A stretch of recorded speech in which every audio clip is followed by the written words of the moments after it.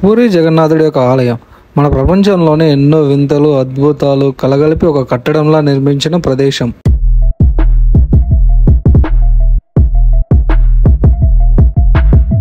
ఇక మీదట జగన్నాథుడిని చూడాలంటే పూరినే వెళ్లాల్సిన అవసరం లేదు. మన హైదరాబాద్లో కూడా పూరి నగరానికి తగ్గట్టు ఒక నిర్మాణ శైలిని ఏర్పాటు చేసి పూరి జగన్నాథుడి వలె ఒక ఆలయాన్ని నిర్మించారు. మనం సాధారణంగా ఏ దేవాలయానికైనా వెళ్ళడానికి ముఖ్య కారణం దేవుని కటాక్షం మనకు కలగాలని. అలాగే ఇంకొంతమంది ప్రశాంతత కోసం దేవాలయాలకు వెళ్తూ ఉంటారు. కానీ నాకు తెలిసింది ఏంటంటే మనం ఏ దేవాలయానికి వెళ్ళినా ప్రశాంతత దక్కుతుంది. అలాగే మనకు తెలియని ఎన్నో కొత్త విషయాలు కూడా మనం తెలుసుకోవచ్చు. అలా నాకు తెలియని విషయం నేను ఈ దేవాలయంలో ఒకటి గమనించాను. అదేమిటంటే మామూలుగా మనందరికీ మహాలక్ష్మి మాత తెలిసే ఉంటుంది. కానీ ఆమెకు ఒక వాహనం ఉందని, ఆ వాహనం గుడ్లకు అని మీలో ఎంతమందికి తెలుసు? ఈ దేవాలయానికి రాకముందు వరకు నాకు కూడా తెలియదు. మేము ఆ సందేహంతోనే లోపలికి వెళ్ళి పూజారిని గారిని అడిగితే ఆయన కూడా అదే సమాధానం ఇచ్చారు. అవును, మహాలక్ష్మి మాత యొక్క వాహనం గుడ్లకు అని చెప్పారు. మనం ఈ దేవాలయాన్ని చూసుకున్నట్లయితే అన్ని దేవాలయాల కన్నా చాలా భిన్నంగా నిర్మాణ శైలి ఉంటుంది. అలా ఎందుకు నిర్మించారంటే పూరి జగన్నాథుడి యొక్క ఆలయం నిర్మాణ శైలి కూడా ఇలాగే ఉంటుంది. అలాగే ఇక్కడ ఉన్న ఉపాలయాలు కూడా అదే శైలిలో నిర్మించడం జరిగింది. ఇంక ఇది వచ్చేసి జగన్నాథుడి ఆలయం. మీరు ఇక్కడ గమనించినట్లయితే పూరి జగన్నాథుడి ఆలయం వల్ల పైన శిఖరం పైన ఒక సుదర్శన చక్రం ఉంటుంది. దానిపైన ఇంకో జెండా ఉంటుంది. ఇక్కడున్న ఈ జగన్నాథుడి ఆలయం మిగతా ఉపాలయాల కన్నా కొద్దిగా ఎత్తులో కట్టారు. అలాగే ఆలయంలోకి మేము వచ్చి చూసినప్పుడు మేమైతే షాక్ అయ్యాం. అలా ఎందుకంటే మేము వచ్చిన సమయంలో ఆలయంలో మూల విరాట్ లేరు. అంటే జగన్నాథుడు, బలరాముడు, సుభద్రాదేవులు ఆలయంలో లేరు. అలా ఎందుకని మేము అక్కడికి వచ్చి అడిగితే ఆయన కిందికి వెళ్ళి రైట్ సైడ్ వెళ్ళమన్నాడు. ఈరోజు మేము వచ్చిన వేళ విశేషం అంటే ఇక్కడ ఒక ఉత్సవం జరుగుతుంది. దానికోసం మూల విరాట్ను తీసి కింద వేదిక పైన అలంకరించారు. ఆ వేదిక కొద్ది సమయంలో ఓపెన్ చేస్తారని చెప్పారు.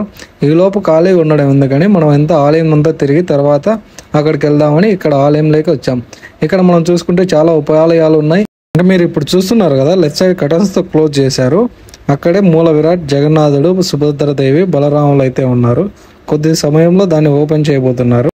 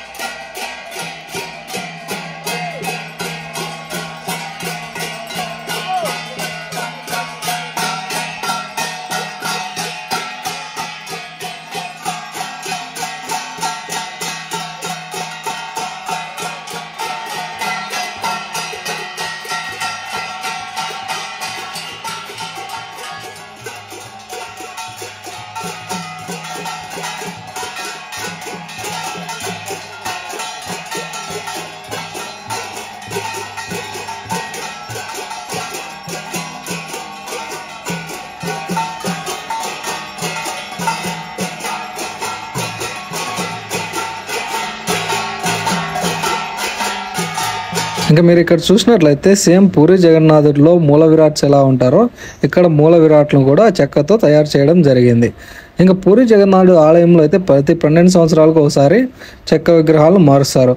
అలా ఎందుకంటే జగన్నాథుడి యొక్క చెక్క విగ్రహంలో ఆయన బ్రహ్మ పదార్థం ఉంది అంటారు. ఆ బ్రహ్మ పదార్థం అంటే ఆయన ఒక గుండె. దానివల్ల ఎక్కువ ఎనర్జీని అది గ్రహించడం వల్ల చెక్క చెడిపోతుంది. అందుకే ప్రతి 12 సంవత్సరాలకు ఒకసారి చేంజ్ చేయాలని చెప్తారు. మరి ఇక్కడ ఎలాగో నేనైతే ఫస్ట్ టైం వచ్చా కాబట్టి ఇంకా దాని గురించి అయితే నాకు తెలియదు. మీకు ఒకవేళ తెలిసింటే కామెంట్ చేయండి. మనం మన యూట్యూబ్ ఛానల్లో ఆల్రెడీ పూరి జగన్నాథుడి గురించి ఒక ఫుల్ వీడియో చేసాం. అలాగే ఈ నెలలో జరిగే రథోత్సవం గురించి కూడా అందులో చెప్పాం. మీరు ఇంకా ఆ వీడియో చూడకపోతే వెళ్ళి ఆ వీడియో చూడండి. ఆ వీడియోలో మీరు పూరి జగన్నాథుడి యొక్క ఆలయం హిస్టరీ, అందులో ఉన్న అద్భుతాలు, అక్కడ జరిగే రథోత్సవం గురించి తెలుసుకోవచ్చు. ఈ జగన్నాథుడి ఆలయం ఒక హిందూ దేవాలయం అయినా కూడా ఇక్కడ జరిగే పూజలు, ఉత్సవాలు అన్నీ చాలా భిన్నంగా ఉంటాయి. మామూలుగా ఒక హిందూ ఆలయంలో ఉన్న మూల విరాట్ని ఎప్పుడు గర్భగుడి నుంచి బయటికి తీసుకుంటారు. కానీ ఇక్కడ అలా కాదు. సేమ్ పూరి జగన్నాథుడి ఆలయంలో ఎలా జరుగుతుందో అదే విధంగా ఇక్కడున్న మూల విరాట్లను బయటికి తెచ్చి ఇలా వేదిక మీద అలంకరించి ఉత్సవాలు జరుపుతారు.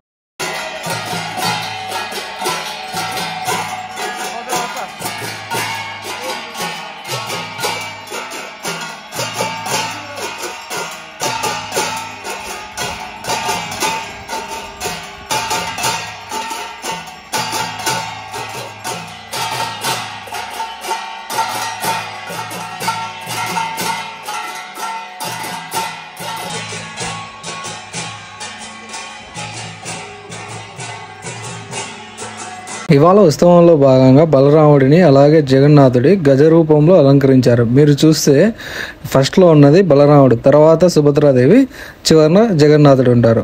వారి అలంకరణ చూస్తే మీరు పెద్ద పెద్ద చెవులు, ముందర తొండంలాగా, పైన కిరీటంలాగా పెట్టారు కదా, సేమ్ ఒక గజరాజు ఎలా ఉంటారో అలా అలంకరించారు.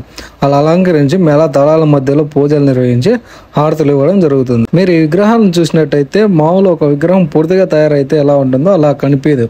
వీటిని సగం విగ్రహాలని అంటారు. దానికి గల కారణం వీళ్ళు సేమ్ యాజ్ ఇట్ పూరి జగన్నాథుడిలో ఎలా విగ్రహాలు ఉన్నాయో అలానే తయారు చేయడం జరిగిందంట. అక్కడ మీరు పూరి జగన్నాథుడి ఆలయంలో చూసుకున్న మూల విరాట్లు సగమే ఉంటాయి, పూర్తిగా కంప్లీట్ అయ్యిండవు. అలా విగ్రహాలు సగం మధ్యలో ఆగిపోవడానికి గల కారణం కూడా జగన్నాథుడే అని చెప్తారు. పూరిలో ఉన్న విగ్రహాలు తయారు చేసేటప్పుడు ఒక రాజుకు ఒక నది ఒడ్డున ఒక చెక్క దొరుకుతుంది. ఆ చెక్కతో విగ్రహాన్ని తయారు చేయాలనుకుంటాడు. చాలా కష్టం మీదట ఒక వృద్ధ బ్రాహ్మణుడు వచ్చి, రాజా నేను విగ్రహాన్ని తయారు చేసిస్తా అని చెప్తాడు. ఆ వృద్ధ బ్రాహ్మణుడి కంటే ముందు రాజు చాలా మంది గొప్ప గొప్ప కళాకారులను పిలిపించి విగ్రహాన్ని తయారు చేయమంటారు. కానీ వారి ఎవరి వల్ల కుదరదు. ఇంకా అలా తాను వచ్చినాడు కాబట్టి ఆ వృద్ధ బ్రాహ్మణుడికి రాజు ఒక అవకాశం ఇస్తాడు. కానీ ఆ వృద్ధ బ్రాహ్మణుడు రాజుకు కొన్ని నియమాలను చెప్తాడు. ఆ నియమాలు ఏంటంటే, రాజా నాకు ఇలా విగ్రహాన్ని తయారు చేయడానికి 21 రోజులు సమయం కావాలి. అలాగే ఈ సమయం పూర్తయ్యే వరకు నన్ను ఎవరు మాట్లాడించకూడదు, నా దగ్గరకు కూడా ఎవరు రాకూడదు అని చెప్తాడు. రాజు సరే అని ఆ వృద్ధ బ్రాహ్మణుడికి ఒక గది ఇచ్చి ఆ గదిలో ఆ చెక్కను పెట్టించి తలుపులు వేస్తారు. అలా కొన్ని రోజుల పాటు లోపల విగ్రహాన్ని తయారు చేసే సౌండ్లు అవి వస్తుంటాయి. కానీ 14 రోజులు ముగిసే సమయానికి లోపల నుంచి ఎలాంటి సౌండ్లు రావు. అదేమిటని రాజుగారు తలుపులు ఓపెన్ చేసి చూద్దాం అనుకుంటారు. అలా తలుపులు ఓపెన్ చేయగానే లోపల ఎవరు ఉండరు. సగం తయారైన జగన్నాథుడి విగ్రహం, అలాగే సుభద్రాదేవి, బలరాముడి 3 విగ్రహాలు అయితే ఉంటాయి. దాని తర్వాత గది అంతా వెతికి చూస్తారు. ఆ బుద్ధ బ్రాహ్మణుడు అయితే ఎక్కడా కనిపించడు. ఇంకా దాన్ని కృష్ణలీల అనుకొని ఆ రాజుగారు ఆ విగ్రహాలని అలాగే ప్రతిష్ఠించడం జరిగింది. అందువల్లే పూరి జగన్నాథుడి యొక్క ఆలయంలో మూల విరాట్లు సగం తయారయ్యే ఉంటారు. సేమ్ అదే విధంగా ఇక్కడ కూడా మూల విరాట్ విగ్రహాలు తయారు చేయడం జరిగింది. ఇంకా పూరి జగన్నాథుడి యొక్క ఆలయం గురించి తెలుసుకోవాలనుకుంటే మన ఛానల్లో ఉన్న ఫుల్ వీడియోని అయితే వెళ్ళి చూడండి. చాలా ఇంట్రెస్టింగ్గా ఉంటుంది. ఎన్నో అద్భుతాలు కూడా ఉంటాయి ఆ వీడియోలో. ఇంకా అలాగే మరిన్ని వీడియోస్ కోసం మన ఛానల్ని సబ్స్క్రైబ్ చేసుకోండి. పక్కనున్న బెల్ ఐకాన్ ఆన్ చేసి పెట్టుకోండి.